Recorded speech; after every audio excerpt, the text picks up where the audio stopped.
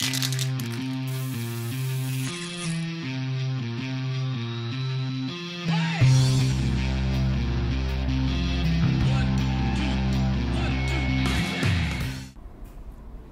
who are you?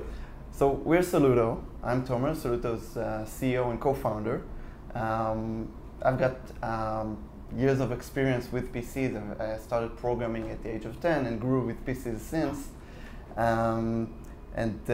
Since very early age started developing actual solutions for real things with meaning. For example, my previous company dealt with the healthcare industry and have hundreds of hospitals using it currently in the US, also in Europe. For the last 2 years, a bit over 2 years, I've been managing Soluto. Yep. Well, thank you.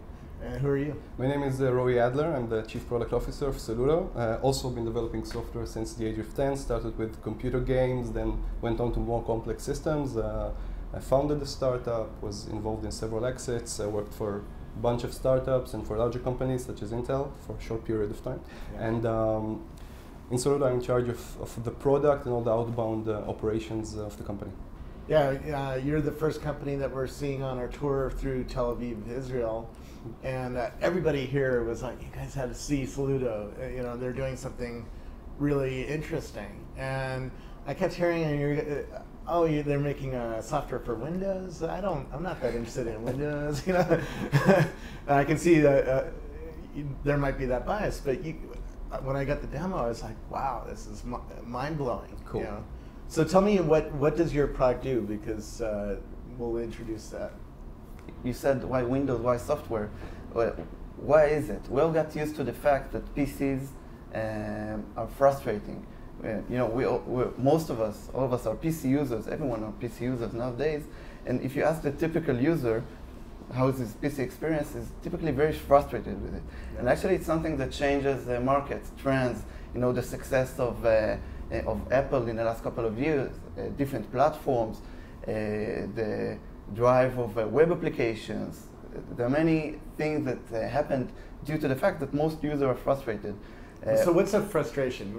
Is it like boot time? What do you call a frustration? Think about the fact that you get a brand new machine out of the box. It's fast, it's snappy, it does what you want. And then naturally, after 2, 3, 4 months, it starts slowing down and starts acting unexpectedly. Boot time is one example. Boot time is long, but that's just the beginning. After you boot, the general experience you typically get with a PC is unexpected. And simply you're not getting the service that you expect to get from something you're supposed to own. You bought the machine.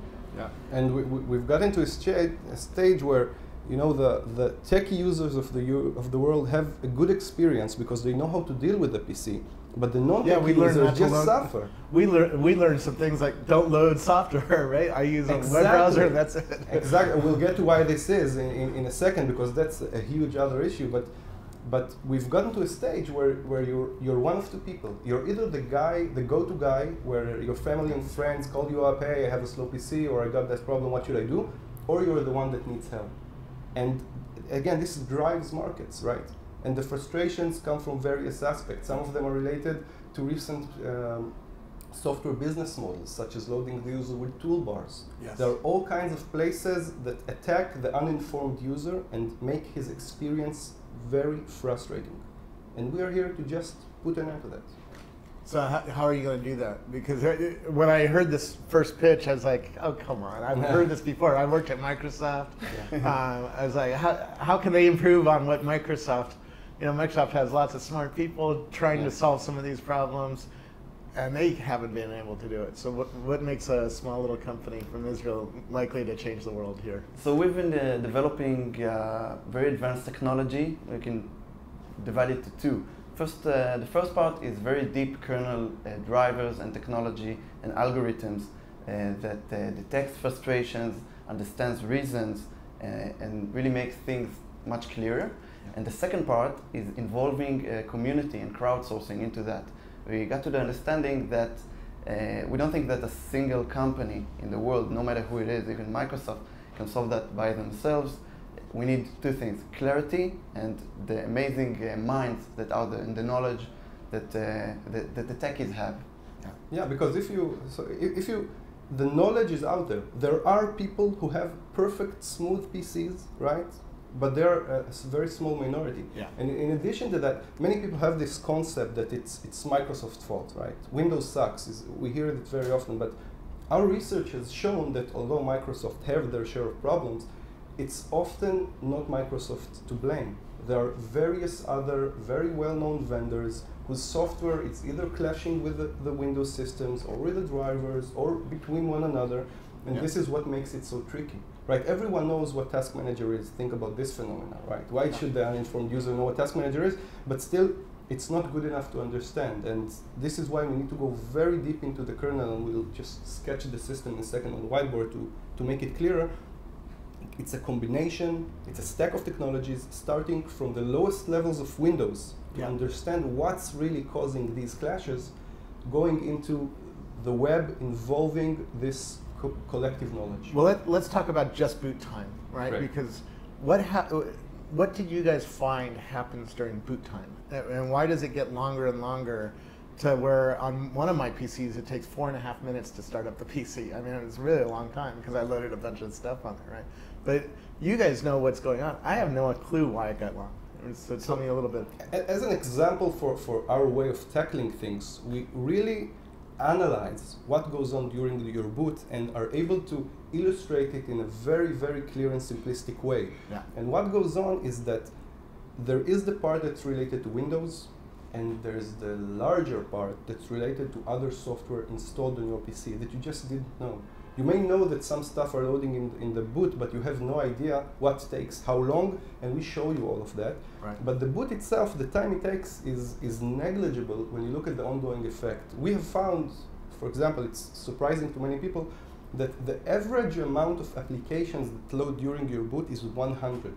This is a huge amount of stuff that remains with you throughout And the each one of operation of your those- PC. Each one of those might be loading some dynamic link libraries into memory. All of them, even more so. These guys, these 100 guys, software stuff, whatever, stays with you throughout the operation of your PC, running in the background, running analysis that you're often unaware of. So cutting them from the boot does not only, and with Soluto you can very easily cut your boot to half. This is just, it's almost insignificant when compared to the fact that you have 30% or 40% less applications running in the background constantly. So you have more memory for like Photoshop or editing video. Exactly. All of a sudden your video editor works better because it has more memory to play with, right? Exactly. More than memory, it's usually, most of the problems are related to actually to I/O, to writing and reading from the hard drive or the network, and all kinds of locking of resources, which have, again, things to do with I/O operations or networks. Some software applications can lock certain resources so that people use PCs probably familiar with, you right-click something and suddenly you have to wait 3 seconds for the menu to pop up, whatever it is, or you open the Windows Explorer and you suddenly have a blank white screen for a couple of seconds. This usually, and if you open Task Manager, you won't see anything. Yeah. So there are these guys that can start up sysinternals Procmon or other cool tools that the techies can use, but most people can't use it. And you ask yourself the question, what just happened? Yeah. And we are here to answer it. What just happened? So let's talk about that, right? I get a brand new Windows computer from Dell or Toshiba or wherever. Mm-hmm. Has nothing on it, right? Or it might have some stuff on it already. It has a lot on it already. Yeah. And this is stuff that Microsoft might not have loaded with the OS, right? It might be all sorts of apps or games or things that they've put on the hard drive because they're getting paid to put stuff on your hard drive, right? So, and you have no control of that. Getting rid of that stuff is really a pain. One of the things that First of all, knowing what it is. Exactly, but if you look at the business models in software that have developed in recent years, you will see that the last thing on people's minds when deciding what's the business model for their software is the enjoyment of the user. Yeah. And what happens is that various companies just load you with tons of software you don't need, because it serves some business model that you don't understand. Again, toolbars and search is one example. There are many others, like installing all kinds of freemium software in the hope that you will upgrade them and so on. And this it's with complete disregard to the fact that the PC is loaded with tons of software the user does not need, that really degrades his experience. Yeah, but even something like Microsoft Office. So we're going to load Microsoft Office because I just set up a new PC last week, and that's the first thing I need is Excel and PowerPoint. Yeah. That's what most people need on their PC, right? It loads in boot. Right. For several seconds because it's trying to preload Excel, which I don't need that often, right? I need Excel once a month. And so why does it load every single time I boot up my PC? Exactly, and the important is, from Soluto's perspective, we are in the business of providing information. We don't pass judgment. Some people do need the preloading of Excel because this is what they use the PC from. We give you the choice. We first of all, we believe that we say a lot that sunlight is the best disinfectant. First, put the information into the light, explain the costs, see how longer you wait in boot for this pre-launch of Excel. If you find out it's half a second, maybe it's worth it, right? If you find out it's constantly doing something in the background, maybe it doesn't. But the fact that you don't know is what bothers us. We first want to expose that and make it very clear to every PC user what every software vendor puts on his PC and what's the cost. Technically, these systems are getting more complex as well. We have now computers with 4 or 8, and Intel says 64 cores are coming. You know, so we're going to have lots of processors, and we don't really have control, it seems, over where that processor goes or how much memory is allocated to each application. Does your system start to give me more control of the processors and the memory? So not at this stage, but there is a bottleneck on the way there. So if we have addressed this problem first, all the frustrations would have remained, because the core problem is that if you look at the architecture, the technical architecture, you have a lot of hardware at the bottom, and then you have the operating system, and then you have applications. The operating system itself is layered. There are various levels of kernel, the user mode, and so on, and most of the frustrations are caused before it reaches the hardware level. It's caused by clashes between applications and battles on resources, that until something significant is done at the higher levels, you can't even make use of this distributed architecture. Eventually, one might say this is Windows' job to do this better. But if this issue, if we see that there's an opportunity there to improve user experience by better leveraging the multi-core, then we may address that. Again, we measure everything by the level of anti-frustration. Yeah. Okay. How much does this cost to buy or put on my PC? How do I get it? Tell me a little bit. We have a great answer for that. Soluto is free for personal use and is currently free for any other type of use. One of the things we do, our system gets smarter as users use it more and more. Because now, how are you guys going to get any money if it's free? Are you going to put a new business model on my PC and put ads in there? We're a non-profit organization. No, okay. So Israeli humor, I guess. Yeah, I'm sorry if you didn't laugh. There are various ways for us to make money. The two most significant ones are, first, the enterprise sector, where our software can be, its value can be quantified much better. We know that our organization putting a lot of effort into improving their support teams and to improving their workforce. Suddenly with Soluto, you have, man days, man years become available for large corporations. The size of your support team and your support expenses for the PC team can go down significantly. If you have 100,000 employees and you save a minute on boot time every morning, that's a lot of. That's a lot of minutes. That's right, and that's for free right now. Even as we move along, we will start charging in the enterprise sector. The enterprise sector, by the way, needs a bit different products, centralized monitoring, and all kinds of additional solutions that for the consumer is just irrelevant. In addition, with consumers, there's also the freemium model, kind of the AVG model, where our plans are very clear. For techie users who are able to read information and take their own decisions, the software will always be free, or at least, I can't say always, for the foreseeable future. But there may be a premium version for the non-informed users, a version that does things automatically, where there will be a small fee like other micropayments out there. So if you because right now your product is aimed at boot time, but you're studying this problem at a whole other level, which could improve spam pop-ups and all sorts of stuff that bothers you on your PC, right? Everything. The boot is just it does, by the way, more than the boot. It already starts covering all the applications that are out there in the world. It already brings a lot of information. All the information that our software gathers and learns is also public for free online, which is a very interesting database of information for consumers wanting to take buying or downloading decisions.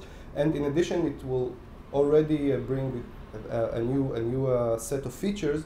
Yeah. But as we move along, the more important things are detecting the ongoing frustrations and eliminating them. Yeah. And we do this by learning from the actions of our users and understanding which actions really eliminate frustrations and which don't, which we believe is the only way to scale. Yeah, that's a really interesting point. You're using the crowd, the other users in the system, to sort of warn me, hey, if I load this software, it's going to increase your boot time by 1.5 minutes or something like that, because it's a really bad app. Let's take a look at the whiteboard. I'll show you. Okay. Okay, so in Soluto we have a stack of technologies that I will describe a bit of them. So we start with a client software that runs on your desktop or laptop. And again, this by itself is a stack of technologies starting from device drivers, ending in a user experience based on WPF.NET. And this piece of software does two major things. First, it exposes what goes on under the hood of your PC, and you can understand what causes your frustrations. In addition, and more importantly to the bigger story of Soluto that we'll get to, it learns which of your actions really eliminate frustrations. So just think that you have, for example, a certain frustration that occurs 3 times a day. And then you took a certain action that caused this frustration to happen only once a week, or maybe eliminated it all. We learn this action, we associate it with the frustration, and this is the basic of mapping of the PC genome. We learn and learn and learn and correlate actions to frustrations, to solutions, eventually learning which applications, which actions eliminate which frustrations on which applications, allowing us to take this information and bring it back to the clients. So whenever there's a new client joining, it automatically gains from the knowledge of all the users that have been there before him. Eventually, allowing everyone to benefit from this collective knowledge that has been gained in the Soluto users community. And in addition, there's another layer of complexity, because although the PC genome is mapped automatically, some information must be input by humans. This is descriptive information, the wiki side of Soluto, that has a suite of tools currently only available inside Soluto to our team of analysts, but as we move along, will also be open to the community, allowing the human mapping of the metadata of all this information. So again, I want to emphasize this. Most of this information is being built automatically, but then there's an additional layer of metadata that is built by the users. We just got a good look at the PC genome and the architecture of Soluto and how it sort of works. I can hear people thinking, man, this is scary. I'm going to load some software that's going to tell some other thing about what's on my PC and what I'm doing and where I'm going. So how can we make sure that you're not telling the world that I'm going to a porn site or something crazy, right? What's a porn site? I don't know. But I imagine people will want to do stuff that they want to keep secret on their PC that they don't want reported out to the world. How can you ensure that when I load Soluto that I'm not giving away my data? Okay, first of all, anonymity is very, very important to us, and it's something very basic to everyone here. But think about it for a second. We don't really need or want to know who are you. For us, for the system, it's a user that has frustration, that has a certain usability type. He uses some things, he doesn't use other things, and some things he did, some actions he took as a techie solved or didn't solve some of the frustration that he had. We don't really want to know. One thing that will be possible to opt in, if you like, as we said, as a wiki, you can contribute a lot of knowledge manually, and for that, optionally, you can identify yourself and obviously get the credit and some people will want to become known in the PC genome. Generally, anonymity is a core value for us. Yeah, Cool. to be very clear, there is no registration process. We don't want to hear email addresses or any other information from anyone. We don't look at your browsing data. We don't care where you browse. This information is not analyzed at all in Soluto, especially because of these privacy issues. Yeah. And in addition, we show you exactly which information is sent back. So as a techie, if you have the time to take a look at it, just do, okay, and feel comfortable with it. Very cool. So what's the bigger picture here? How is your company going to change the world, and where are you going? Okay, so let's think about the big picture for a second. The PC genome is the first benchmark in the world that actually measures everything: software, hardware, combinations, usage methods that people use things from the perspective of the user. It's the first time that it will be possible to see which software frustrates more or less a user, what works best for someone, which specific brand or specific model of a machine is best if you use, I don't know, a photo editing software or something like that. So the first time everything is being measured, being benchmarked, and being published to the world. So you know which machine, like Photoshop, will run fastest on. Exactly, that's just one example. Yeah. Imagine all that information open to the world and how it's going to affect the vendors. Suddenly they will want and will be able to prioritize the user in the daily priority, whether we're going to fit in a new feature or start to handle the fact that we're not the best software in our field. And we want to create a motion that everyone is going to improve for the users. This is really neat, and you show in Soluto a graph of like antivirus vendors and how fast Symantec is versus McAfee, right? And what they do well. And it's very important for us to emphasize this. We're in the business of objective statistical information. There's no opinion or passing judgment. This is just the truth, okay?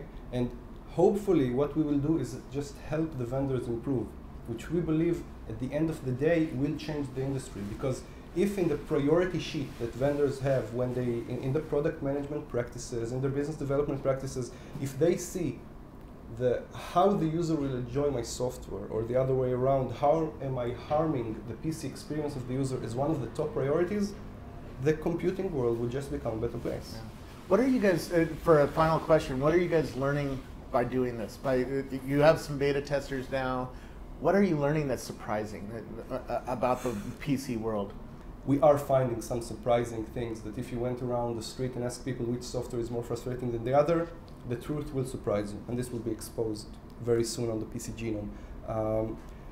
The second is regarding the boot time. We're surprised by how much cutting the boot time indeed improves the ongoing experience. PCs have changed their life, because you will be so much surprised when you learn what runs in your boot and in the background. You had no idea. You just had no idea. Even we just came back from a visit in the Silicon Valley, and everyone there uses Macs, right? So we thought not everyone, but many people a lot of use people Macs. A lot of people use Macs, and a lot of people talk about using Macs, and we were surprised that even the Mac guys, even the biggest fanboys, have their uncle or their nephew or someone that has a PC around them that suffers, and this problem is huge, and someone must put an end to it. Yeah. Here we are. Well, thank you. A little bit about fundamentals of the company. How are you guys funded, and how do you fit in? And maybe, tell me about how you're funded, and tell me about the fundamentals of the company. We got funded from, first of all, an angel group that had a belief in our vision and first steps. And then two VCs joined. One is Israeli Giza VC, and the other one Bessemer. And That's it. that's it. Yeah. Well, thank you so much for giving me this really cool look at a groundbreaking product, I think. So, thank you very much. Thank you.